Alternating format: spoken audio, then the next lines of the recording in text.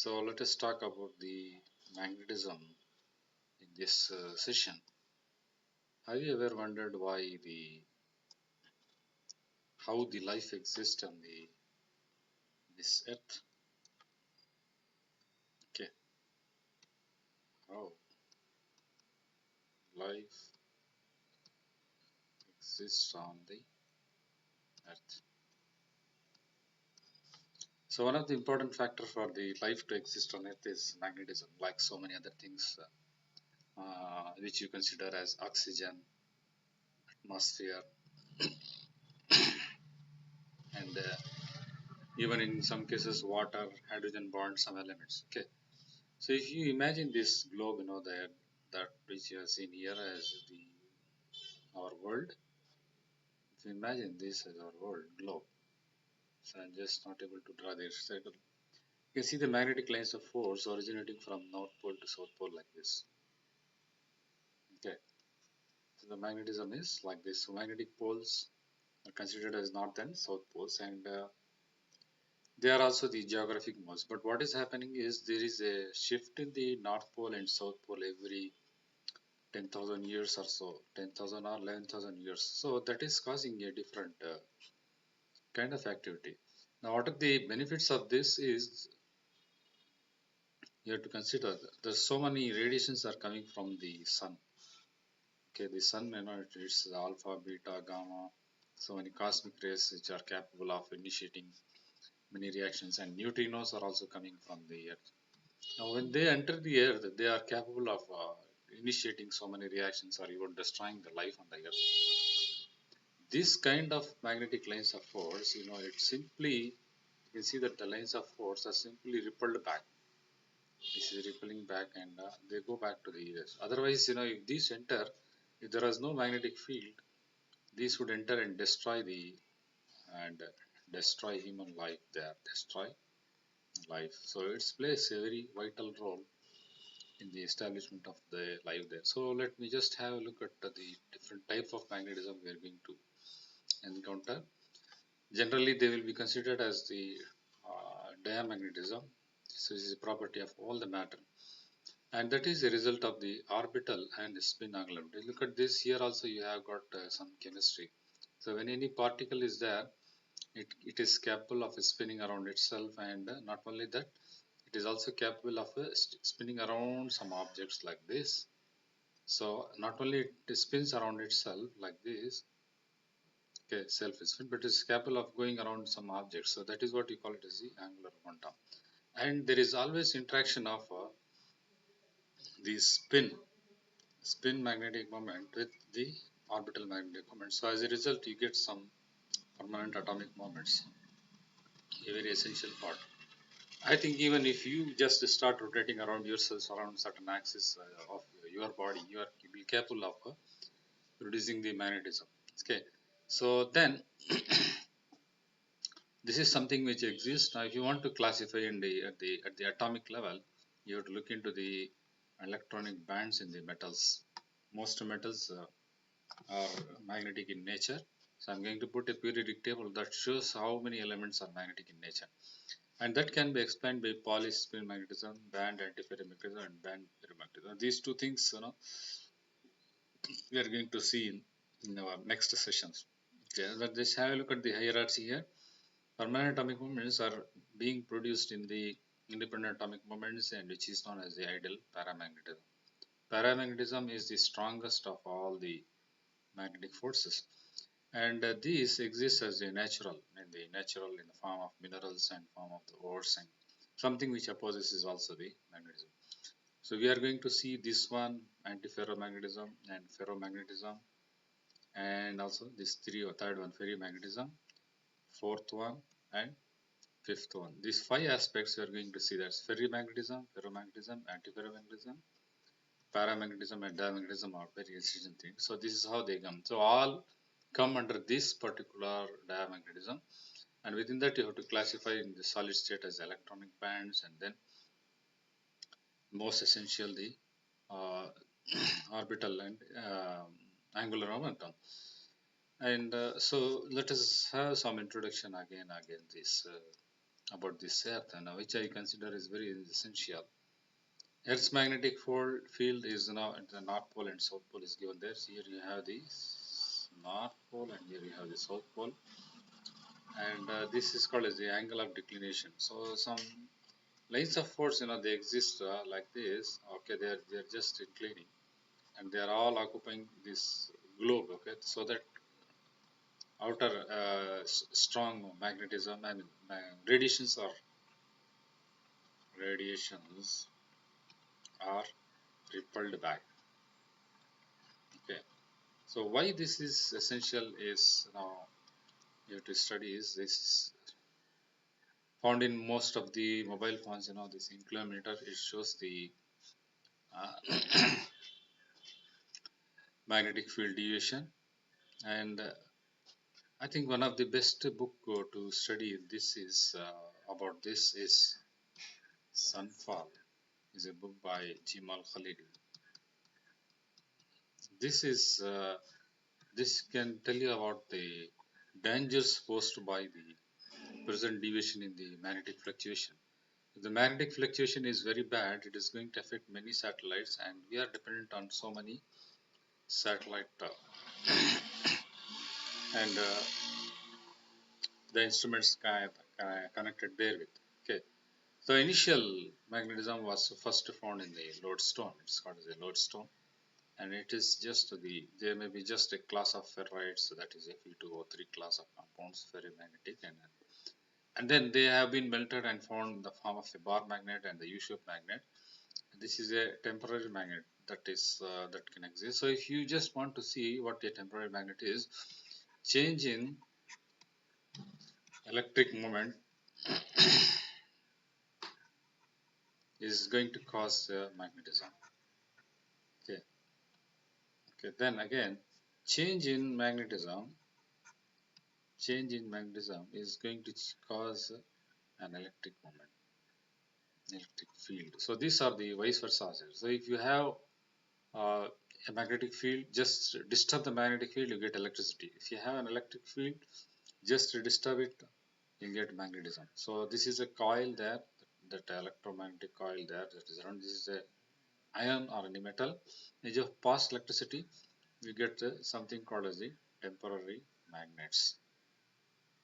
Temporary magnets. So now coming to the next part of the slide, the most important is the ferrite. I think I told you, we have seen them in the spinels also. It exists as Fe2O3. They also join to form as Fe3O4. So here one of them is having Fe2 plus, another one is having Fe3 plus. So it exists as a ferric as well as a ferrous salt. Okay, so magnetite or iron oxide is a mineral that is naturally occurring, and it's naturally occurring and has got a magnetic property. Okay, so a very strong magnet can be made with a coil of wire and the flow of electric current. That's, I think I told you about this thing. Alnico is an extremely permanent magnet.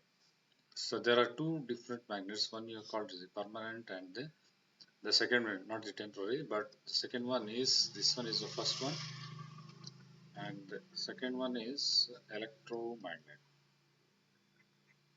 Electromagnet. So this is temporary, because if you remove that electric field, it will be gone in a few seconds. So molecular theories are there. There is one theory, this called as the molecules are unarranged, and then the field of certain magnetic field, they just arrange themselves. So look at this. So this is arranged. So this is because of electrons is spinning in different directions. Now the electrons are spinning in the same direction, and this is called as the domain. There is another theory called as the domain theory that explains this. Domain means, this is some region. There are certain regions. These are all the regions in which the electrons can be aligned and non-aligned, and electrons can be in some order and not in the order. Therefore, as a result of that, you may have some magnetic resultant magnetic effect there. Okay, so this is a method used to create a magnet. So here you can see that this we consider this as something as a static electricity. Everyone is having static electricity. Static, no, it doesn't move. Then opposite of that is dynamic. That is why we call it as a dynamo. So we need to have an idea of what static electricity and how you just can increase the heat and yeah, that by rubbing it for some objects and then create some magnetism there. So stoking using permanent magnet, you can use permanent magnet and just align the scooter with this. Okay, here is that's climbing is there. However, after stroking it straight with the magnet, the blade itself becomes a magnetic and attracts the paper clips. You can see this. That is, you are inducing. These are the terms that you must remember. Inducing magnetism is possible because the scooter is also metal and has got electrons of its sleeve in a form of reservoirs, and they you want to imagine them in terms of the bands and have a look at the band theory of semiconductors. We already see not only that is capable of giving electricity but also the magnetism. So magnetic lines of force are along in this direction. So here is a picture, you can see these dots are there. So this will be called as the magnetic lines of force. Okay, this will be called as the magnetic lines of force. Now why these are important is if you place some north pole here and some south pole here, if you place an object, if it is ferromagnetic, it will be aligned towards the magnetic lines of force. If it is antiferromagnetic, it will be aligned against these magnetic lines of force. So you have got these things. So these are the magnetic lines of force there. So they exist in this particular hyperbolic manner, and that is the natural properties. Remember, they don't go like this. They don't exist like this. They don't exist like this, and not in a square manner like this. So they have got some hyperbolic. So this is a natural property of the magnetism. So always you have to draw the magnetic lines of force, and if you want to place some objects and find out the magnetism, you will see that they are aligned with the magnetism and away. Now heat is one of the most crucial factor for the magnetism. If you heat it, you can remove the magnetism there. So there are three temperatures there: Curie temperature. We are going to see them. Néel temperature, and these are the two important temperatures there, not three. Just Curie and Néel temperature are there. And then as a result of that, there is a hysteresis curve also there. We are going to see that in the next class. In the next session, hysteresis is a curve. So these temperatures are above or below which the magnetism increases or decreases. Okay. So these are the laws of the magnet. Like poles repel, unlike poles attract. Okay. So you can just see them here, and you can just see them here. That's the laws of magnets. So this is a basic thing about the laws of magnets shown by flux lines here. You can see that this is called as the dotted lines. This is called as the flux, and it is represented by B0, and its strength is given by H. The strength of the magnetic field is given by H. So some of the terms that you are going to know that, and here you can see that how they are being repelled. They're not going like this. They are not merging. They are going away. So they are being repelled. Okay. So that's the laws of the magnetic field are in the flux lines, and you can see the next slide is having the uh,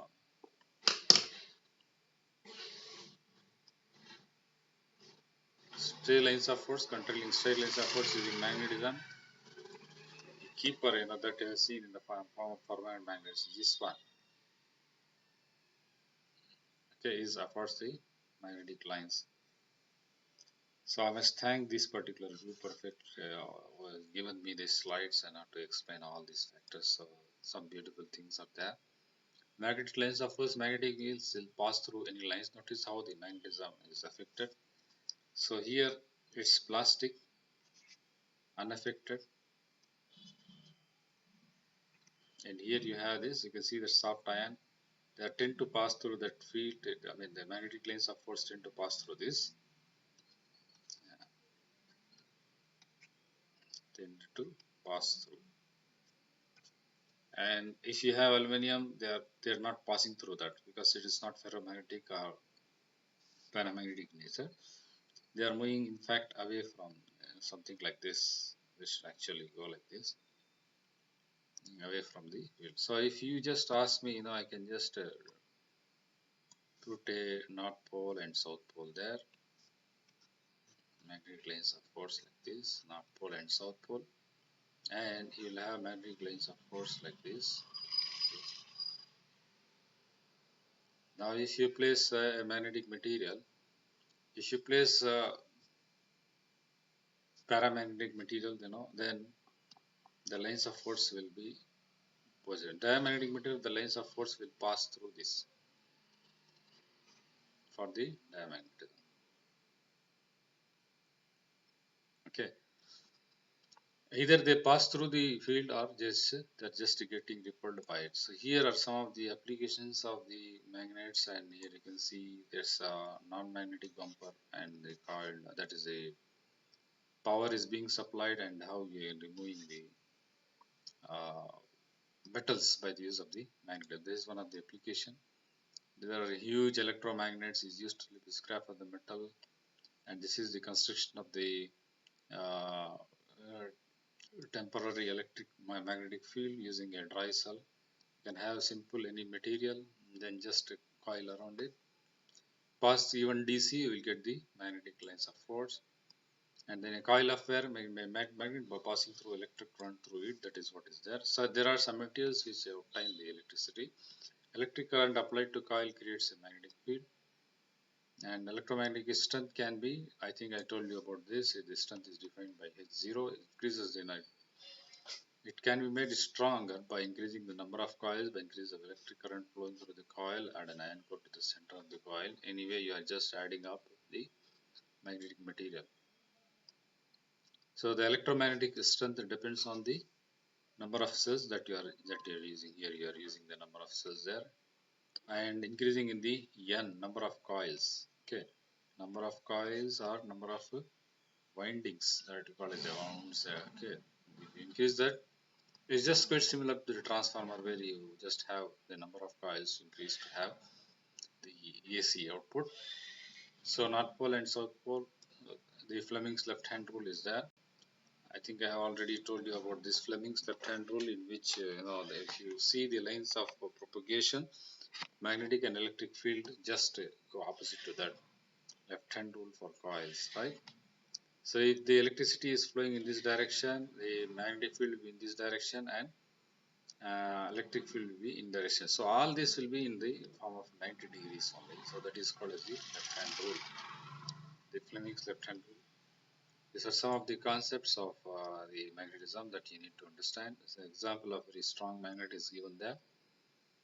And then something, the coil wire has been attached to a 12 volt DC. It's available 12 volt DC power source, making extremely strong magnet. So there is this battery there, and the magnet is strong enough to lift this 50-pound engine cylinder head.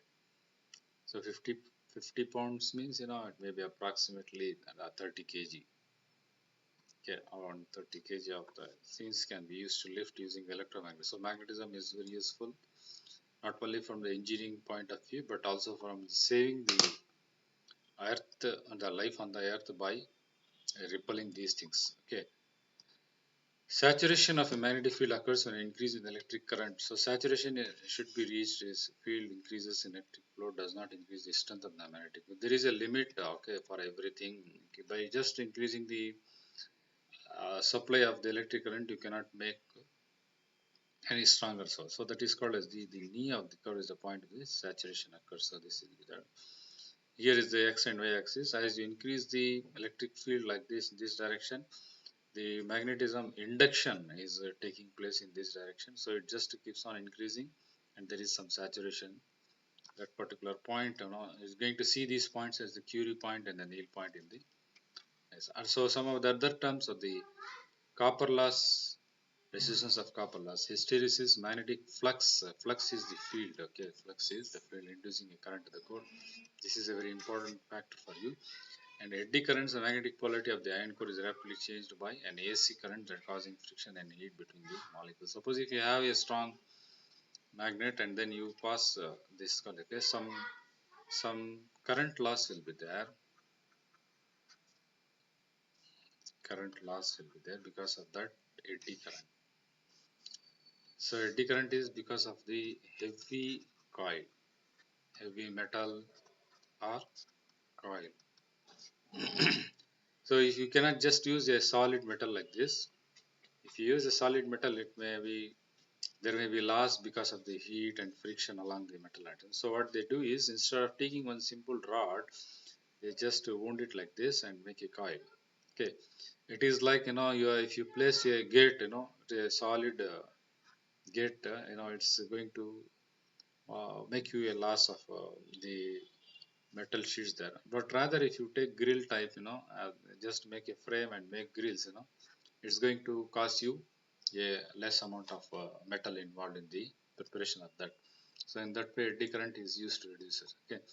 So I'm just stopping here. There are some examples of electromagnetic devices, not for us. I'm just showing some examples there.